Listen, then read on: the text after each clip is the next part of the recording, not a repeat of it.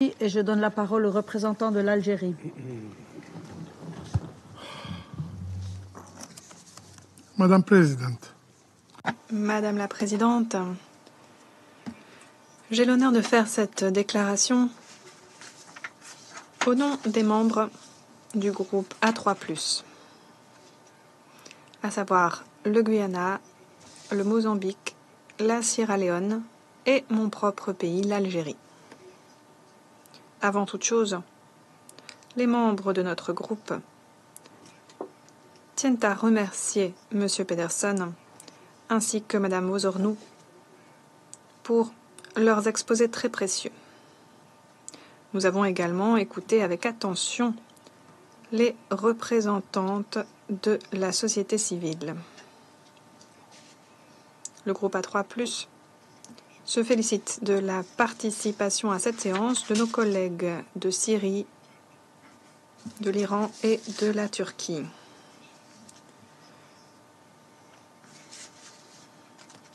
J'aimerais dire aux représentants permanents de la Turquie que nous transmettons toutes nos condoléances aux familles des victimes de l'attentat terroriste terrible qui a eu lieu aujourd'hui à Ankara. Nos pensées accompagnent la population de Turquie en ces temps difficiles. Nous serons solidaires de la Turquie dans cette tragédie. Madame la Présidente, nous nous réunissons aujourd'hui alors que la situation au Moyen-Orient continue de s'envenimer. Toute avenue vers une solution viable devient de plus en plus floue et difficile à déceler. Les souffrances du peuple syrien durent depuis bien trop longtemps. Il est fondamental que nous nous mettions à pied d'œuvre pour trouver une solution.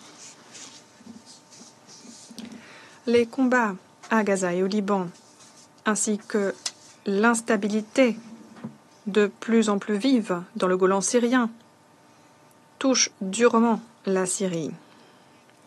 Le groupe A3+, est très préoccupé à l'idée que la situation humanitaire et sécuritaire déjà très fragile ne plonge de nouveau la Syrie dans une spirale de violence. Nous devons tous essayer d'éviter une telle issue. À cet égard, nous prenons bonne note de la lettre envoyée par la Syrie en date du 14 octobre 2024, faisant état de frappes aériennes israéliennes depuis le nord du Liban ayant touché une zone industrielle aux abords de Homs, avec à la clé des dommages matériels de taille pour des propriétés publiques comme privées.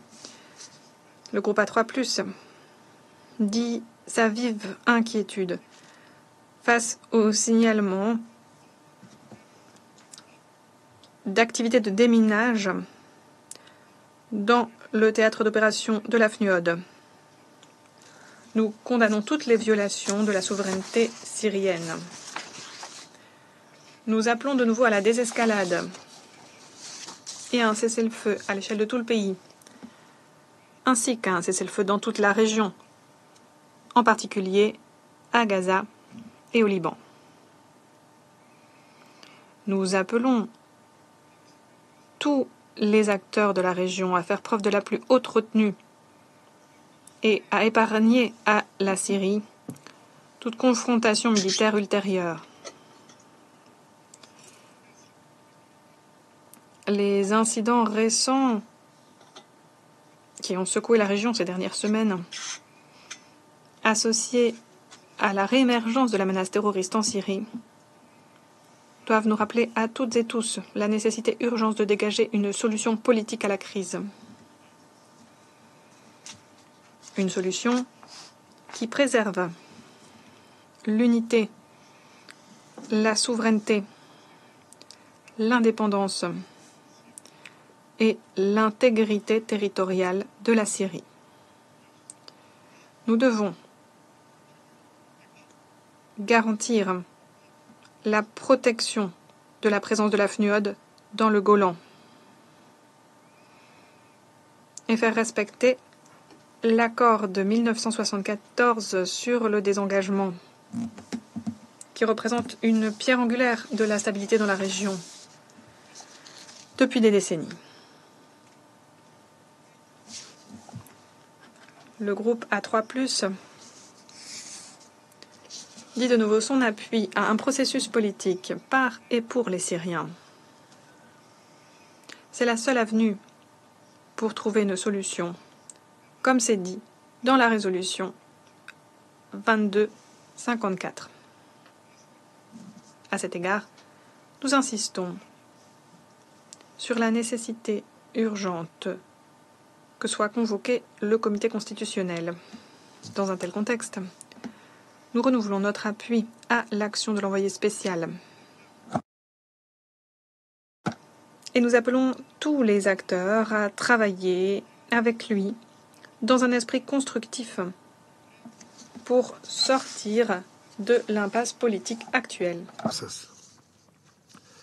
The A3+ believes that through inclusive... Les A3+ sont convaincus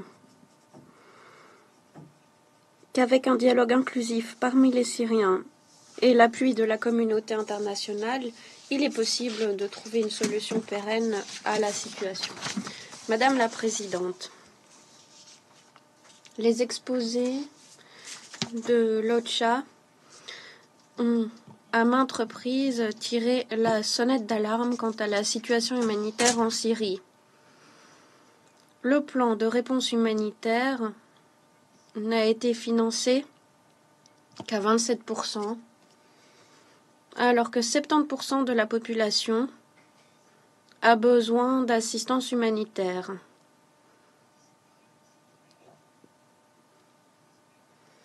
Cette situation difficile a été exacerbée par l'arrivée de Syriens regagnant leur pays.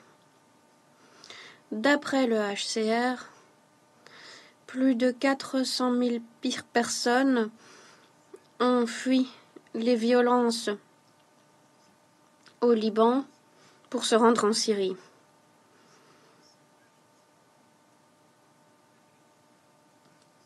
Pour répondre à cette urgence, nous allons devoir redoubler d'efforts et nous devons pouvoir compter sur l'appui de la communauté internationale afin de mobiliser de nombreuses ressources. La Syrie n'était pas prête à faire face à cette crise et ne sera pas en mesure d'y faire face à elle seule. Les A3+ appellent tous les bailleurs de fonds à venir en aide à la Syrie et nous appelons la communauté internationale humanitaire à appuyer les Syriens qui regagnent leur pays et les réfugiés libanais. Nous faisons part de nos vives préoccupations au sujet des retombées humanitaires de la crise sur les enfants, plus particulièrement sur leur éducation et leur santé mentale. Alors que 1/3 des enfants souffriraient de troubles et de stress psychosocial. Il est indispensable de rétablir le système de soins de santé en Syrie. Les A3+ comptent sur le lancement de la stratégie de relèvement précoce. Nous saluons l'accent qui a été mis sur la santé et les services nutritionnels. La communauté internationale ne doit pas perdre de vue l'urgence humanitaire. Et les A3+ estiment qu'une approche mettant l'accent sur le développement est aussi nécessaire. La Syrie ne peut pas dépendre de l'aide humanitaire indéfiniment. La Syrie doit pouvoir faire face à ses difficultés socio-économiques et doit pouvoir compter sur la levée des sanctions unilatérales. En guise de conclusion, Madame la Présidente,